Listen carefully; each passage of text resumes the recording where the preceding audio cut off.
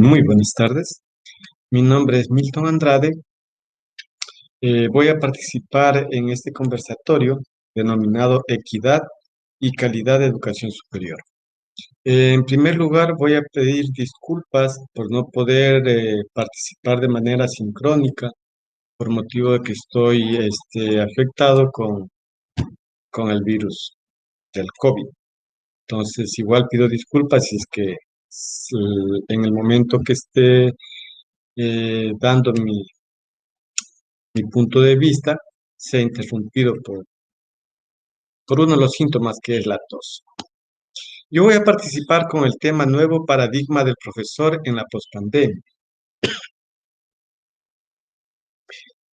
Mm, Debo decir que la educación superior ya venía avisorando cambios en su ejecución, pero no hubo la diligencia por parte de las autoridades universitarias y las autoridades gubernamentales. Desafortunadamente tuvo que hacerse presente un hecho muy especial como es este hecho de la pandemia del COVID-19. Y la comunidad educativa tuvo que adaptarse a una nueva modalidad de ejecutar el proceso de enseñanza-aprendizaje. Pero esto no vino solo. Con ello se presentaron varios problemas. Así tenemos la falta de conectividad tanto de profesores como de estudiantes, profesores reacios a trabajar con nueva tecnología, materias que exigen la presencialidad, por ejemplo, los laboratorios, el tiempo que el profesor tiene que disponer para preparar una sola hora de clase. Y uno de los problemas más evidentes es la evaluación de los estudiantes. Cuando uno se está evaluando al estudiante, no se sabe si a quién se está evaluando, al propio estudiante, a un amigo, quién está detrás del computador.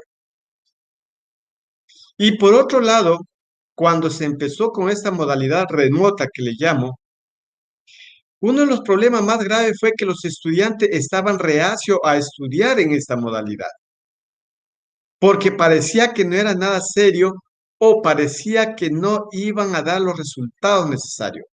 Para superar esto, hubo que hacer grandes jornadas de capacitación para que los estudiantes vayan tomando conciencia y que esto no era cuestión solamente de Ecuador, esto era cuestión de todo el mundo, de todos los países del mundo.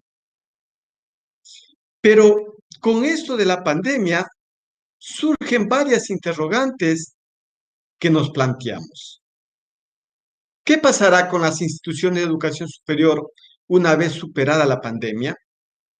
¿Será que se volverá al mismo sistema educativo antes de la pandemia?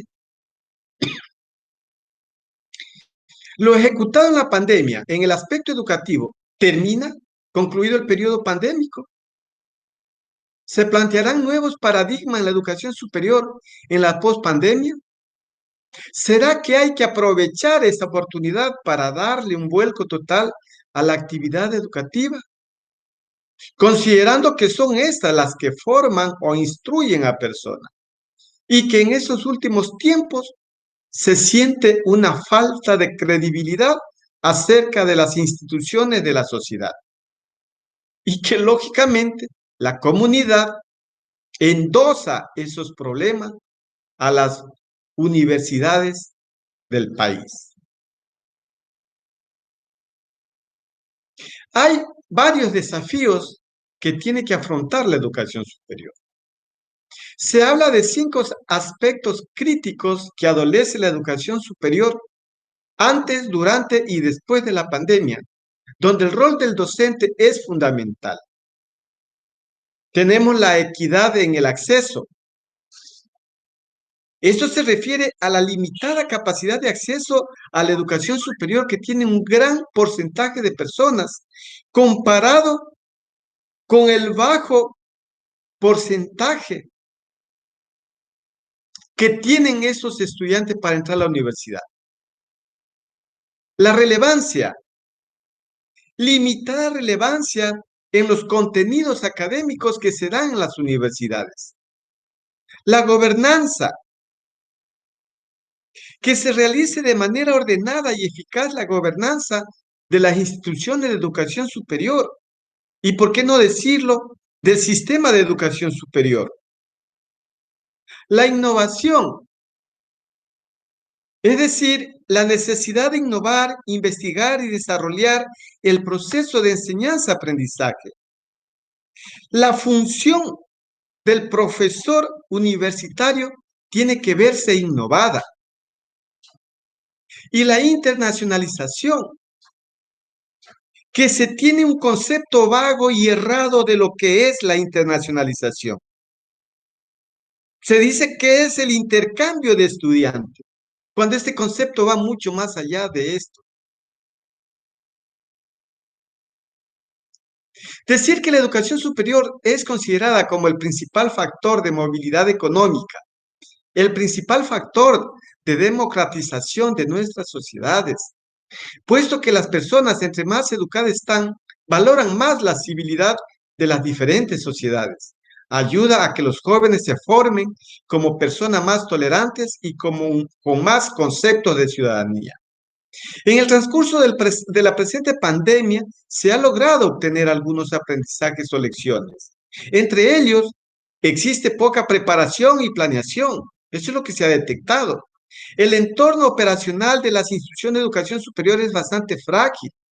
Es necesario otro tipo de liderazgo en tiempo de crisis. Hay un necesario cuestionamiento a los supuestos tradicionales bajo los cuales se ha construido históricamente la educación superior. Hay unas claves para mantener el interés y propiciar el aprendizaje en este entorno en línea o remoto, como le denomino. Esto, de acuerdo a Zoom 2020, él propone que el tiempo de exposición o clase no debe ser mayor de 18 minutos. Crear aprendizaje cada vez más significativo. Aplicar las diversas técnicas y metodologías en relación a las modalidades de aprendizajes existentes. La necesidad de diseñar actividades que mantengan el interés de los estudiantes. Uso efectivo del método socrático, es decir, la taxonomía de Bloom, revisada por Anderson y Caldwell, del ámbito cognitivo. Aplicar el aprendizaje a sí mismo, es decir, hacia el profesor mismo. Y para concluir, pues, puedo decir que la educación superior debe desempeñarse en un rol renovado que se enfoque hacia la formación de ciudadanos globales, competitivos y comprometidos con su comunidad. Los docentes deben transitar de ser meros formadores a convertirse en facilitadores del desarrollo integral del estudiante. Los egresados deben reunir varias cualidades, como tener habilidades de trabajo en equipo, capacidad de adaptarse a entornos cambiantes y multiculturales, capacidad global y conciencia local, dominio de un segundo idioma, perdón, capacidad de comunicación por medio de las TIC y haber aprendido a aprender. Esto es lo que les quería, pues, yo mencionar y les agradezco la atención de mi parte. Gracias.